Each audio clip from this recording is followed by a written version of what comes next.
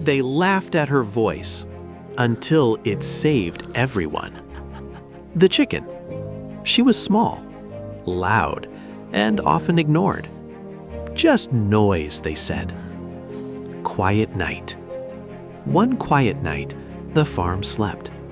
The sky was dark, too dark. Danger. A shadow moved.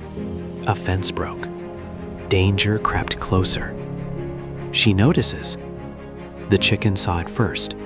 Her heart raced. This time, she wouldn't stay silent. The cry. She screamed, louder than ever, again and again. Everyone wakes. Lights turned on. Animals ran. The farmer came. Safe morning. The danger was gone. The farm was safe. Never silence your voice. It might save lives. Follow Magic Feather Tales.